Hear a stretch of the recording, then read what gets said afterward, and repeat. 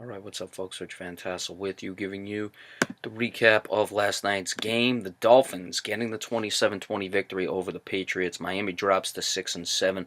The Patriots are now 10, or Miami improves to 6-7. The Patriots drop to 10-3. Miami's still very much alive in that playoff race.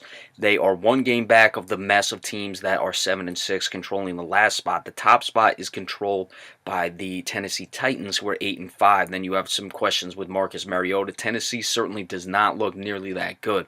9 will certainly be very much in play. I'd say 8 wins might even get you a shot at the wild card. So Miami is by no means out of it yet. New England now falls behind the Pittsburgh Steelers, but they do play the Pittsburgh Steelers for the top spot in the AFC. Tom Brady, 24 of 43, 233 yards, 1 touchdown, 2 interceptions. Yes, he has allowed a bad game. Dion Lewis, 5 carries, 17 yards, 3.4 per rush. Rex Burkhead, 5.8, 1.6. The team, 10 of 25, 2.5 yards per rush. Danny Amendola, 6 receptions, 76 yards. Dion Lewis, 5 of 50. Rex Burkhead, 5 of 45. Brandon Cooks, 1 of 38. James White, 3 of 11 and a touchdown. There were no fumbles. The team had 2 sacks. Adam Butler and Devin McCourty. No interceptions. Dion Lewis had 3 kick returns for 49 yards. That's 16.3 average. Longest of 19. Really not good at all. Bernard Reedy had 3 punt returns of 21. Danny Amendola, 2 of 16. Stephen Gostkowski, 2 for 2 in his field goals and extra points. For the Dolphins, Jay Cutler, 25 of 38, 263 yards, 3 touchdowns, no interceptions. Kenyon Drake was very good in this game, 25 carries, 114 yards, 4.6 per rush. The team 30 of 124 yards per rush, but that included Jay Cutler, 4 carries of 4 yards, and Marquise Gray, 1 of 2. So essentially the guy who was carrying the bulk of the time did very well. Kenyon Drake was the top receiver, 5 of 79. Jarvis Landry, 8 of 46, 2 touchdowns. Jakeem Grant, 2 of 42, 1 touchdown. Devontae Parker, 4 of 40. Julius Thomas fumbled. It was not lost.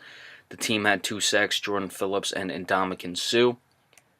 Xavier Howard had 2 interceptions. Sonoris Perry, 2 kick returns, 33 yards, 16.5, longest of 18, not good. Jakeem Grant, a 14-yard kick return, not good. Jarvis Landry, 1 punt return of 9 yards. Jakeem Grant, 1 for no yards. Cody Parkey, 2 for 2 in his field goals and 3 for 3 in his extra points. I'd like to make note of the situation returning the kicks, how you see the yards are short. You know, the NFL put it to the 35-yard line to avoid contacts, but now the more and more teams start to figure out how to loop it down there and force them to catch it inside the 5-yard line. You then give the teams less yards that they have to cover running down the field, and that's why you're seeing these shorter kicks to begin with, because they're starting from the 35 instead of the 30, and you can loop it much higher and be able to have them catch it inside the 5 and get down there. So that's why some of these kick returns are short, and it also is another thing where it's just backfiring on the NFL. So I want to make a quick note of that. As for the game, Kenyon Drake, I probably wasn't giving him enough credit in the preview of the game. He's coming along nicely, really replacing Jay Ajayi. Of course, if Jay Cutler is not going to throw interceptions, then they're going to have a very easy time. They didn't really get the ball downfield. Kenyon Drake had a 47-yarder. I'm not sure if that was on a screen pass. He is a running back, so he was their leading receiver.